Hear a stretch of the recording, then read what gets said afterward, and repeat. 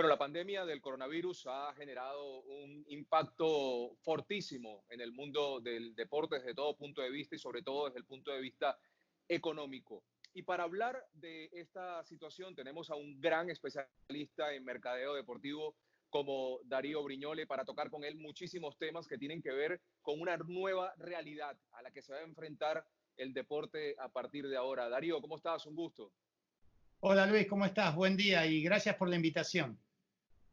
No, gracias a ti por tu tiempo y sobre todo en medio de esta situación en la que todos estamos haciendo un espacio dentro de cada una de nuestras casas, ¿no? Darío, lo primero que quiero preguntarte, ¿qué va a hacer el mundo del deporte para poder enfrentar esta crisis que ha generado el coronavirus? Hemos visto los grandes eventos suspendidos o cancelados. A partir de ahora no se sabe si vamos a tener público en los estadios. Las marcas deportivas, evidentemente que invirtieron muchísimo dinero en cada uno de los jugadores, de los partidos, del espectáculo en general, van a querer de alguna manera su retribución, ¿no? Sí, Luis, como bien decías y venimos hablando en las últimas semanas, o sea, hay una nueva realidad. El coronavirus de alguna manera nos viene a dar una palmada grande y despertarnos. Y lo que está pasando, ya de por sí había una gran crítica del costo de los grandes estadios, ¿no? De lo que era abrir los grandes estadios. Yo te estoy hablando aquí desde Dallas, Texas. Abrir el estadio de los Dallas Cowboys cuesta $2 millones. Entonces tú imagínate para que vayan y jueguen y no solamente se juegan muchos partidos de fútbol, sobre todo de México y demás, y obviamente los partidos de la NFL.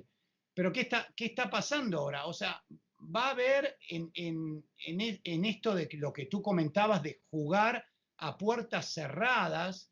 Yo creo que cuando ya pase esta pandemia, de alguna manera, las ligas y los promotores de todos los deportes, desde el básquetbol al fútbol americano, a nuestro soccer, a nuestro fútbol, yo creo que van a hacer, de alguna manera, van a evaluar qué partidos son los que vale la pena hacerlos con público en vivo y que vale la pena, que ellos piensan que van a llenar los estadios.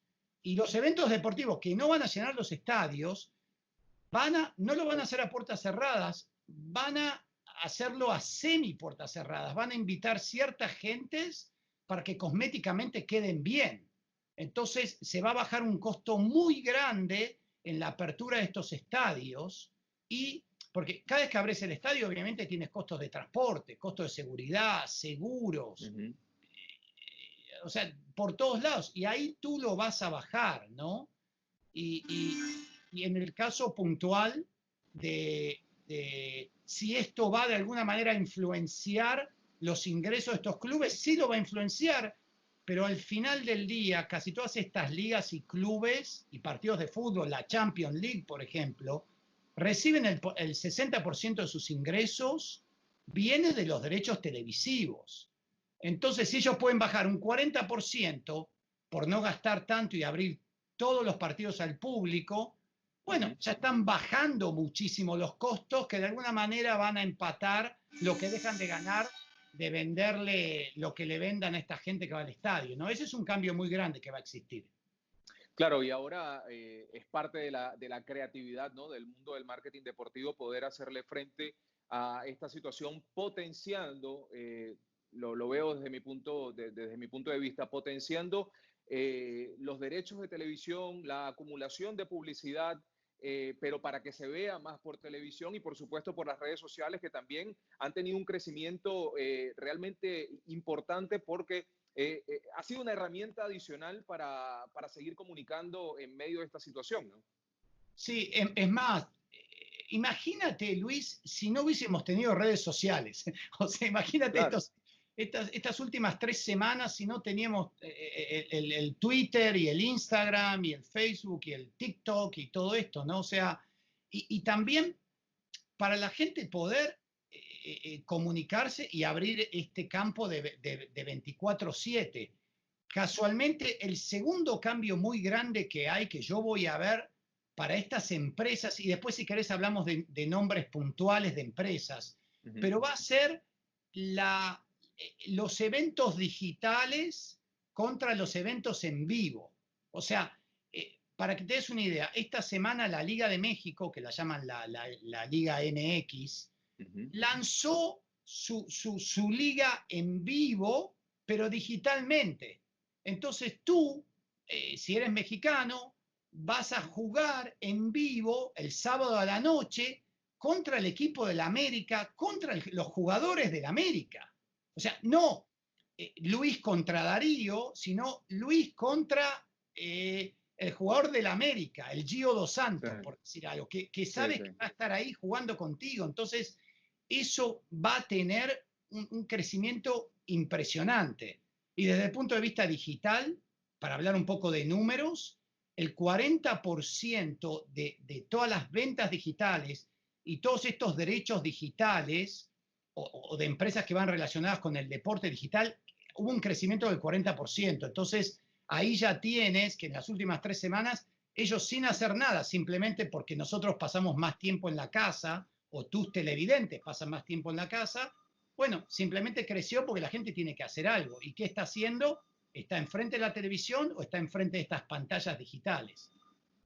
Ahora, Darío, otra cosa que quiero preguntarte, ¿cómo van a ser las empresas que ya hicieron una inversión en patrocinio, teniendo pensado que para este año o hasta el 30 de junio, que es una fecha muy común en el fútbol cuando se vencen los contratos de los jugadores, iban a poder mostrar su producto en los grandes eventos deportivos? ¿Cómo hacen esas empresas para que no se cree un desbalance brutal en cuanto a ingresos y en cuanto a promoción durante este año?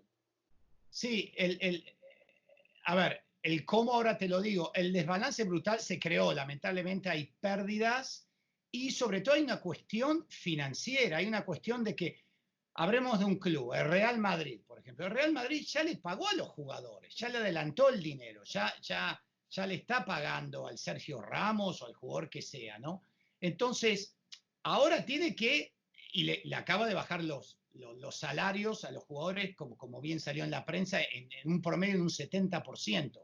Entonces, al Barcelona, un 70% al Barça. sí, Al Madrid parece que es entre un 10 y un 20.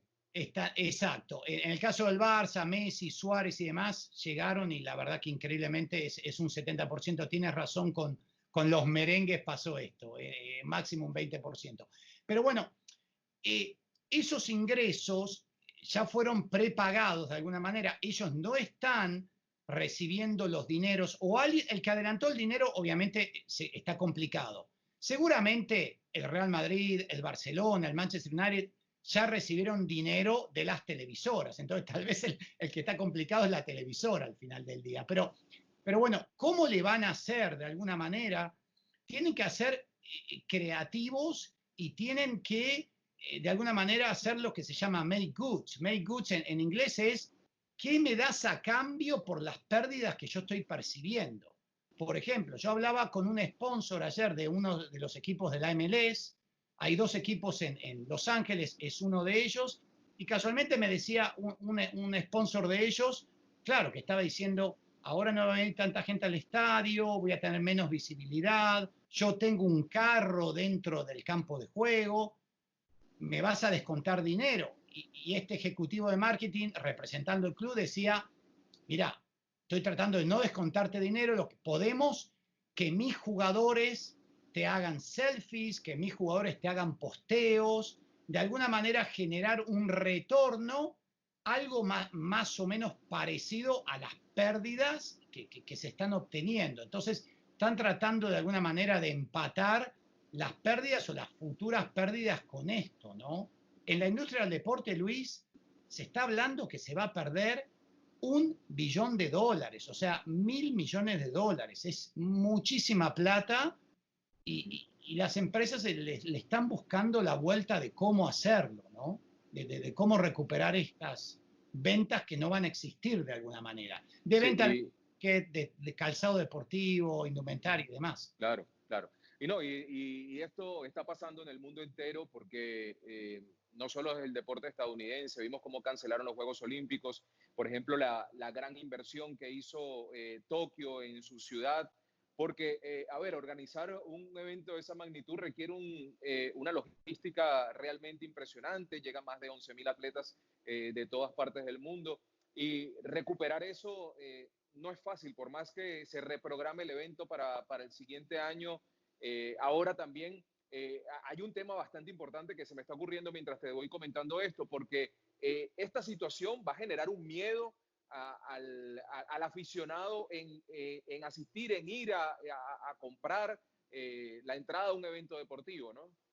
Sí, lo que van a hacer, va a haber nuevos controles, ¿no? De alguna manera ahora cuando te subes al avión, que te miden la temperatura y demás, o sea, van a empezar a aparecer nuevos controles. La gente seguro va a tener miedo, como en su momento lo tuvo miedo con los ataques terroristas, y por eso que, Claro. nada, empezaron a poner esos controles para metales, armas, explosivos y demás, ¿no? El tema de los Juegos Olímpicos es impresionante, lo que tú decías, inversiones de muchísimo dinero, y bueno, y ahora esto no está pasando, se van a pasar, se postergaron de alguna manera, eventos como la Champions League en nuestro fútbol, creo que después del Mundial, no cabe duda que es la liga más importante de fútbol que hay, también se suspendió. Entonces, ¿qué pasa con esos patrocinadores? Por ejemplo, la tarjeta de crédito, Mastercard, que es, o sea, ¿qué pasa con eso? Ellos ya pagaron esos derechos. Entonces, ¿ahora qué? ¿La UEFA le va a devolver el dinero? ¿Cómo se le hace? Obviamente, nadie se esperaba esto. Es un grave problema. Las empresas sí están trabajando en eso. Yo hablaba esta semana justamente con gente más de mi sector, de indumentaria deportiva, hablaba con la gente de Adidas, hablaba con la gente de Nike, y ellos sí, en el caso de, por ejemplo, puntualmente de las acciones del stock market, en el caso de Adidas, la baja de diciembre a hoy es casi de un 50% en el valor, y ahora, por ejemplo, ya levantó un poco. En el caso de Nike, en diciembre estaba en $105 la acción. Ahora está en 85, o sea, como que no bajó tanto, pero bueno, hace 20 días atrás estaba en 65, habían perdido un 40%. Entonces, si tú estás en el mercado deportivo, en el mercado de acciones, perder el 40% es muchísimo dinero. Y Sí. lo están recuperando, lo están recuperando, están pensando, la gente está haciendo más deporte en la casa, porque no puede salir, obviamente, entonces yo como empresa deportiva, ¿qué te puedo vender a Luis Bucci? Tal vez te venden una colchoneta para hacer abdominales o alguna máquina especial, una bicicleta fija. ¿Qué te puedo vender de alguna manera? Porque sé que no vas a salir a correr afuera, porque no te dejan salir.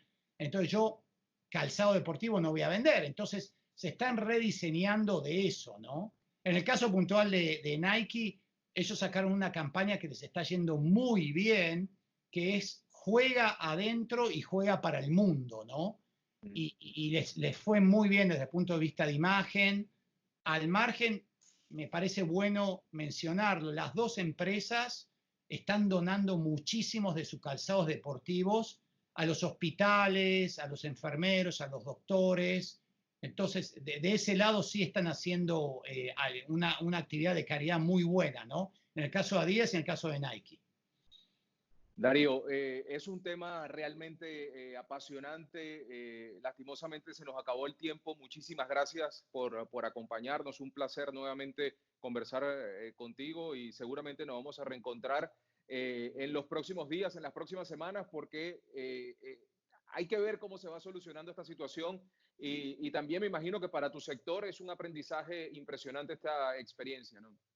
Sí, la verdad que es increíble lo que está pasando y bueno, nada, el tema es tratar de mantenerse lo más saludable posible y enfocado de alguna manera, ¿no? Pero gracias por la oportunidad, Luis. Gracias, Darío. Un abrazo.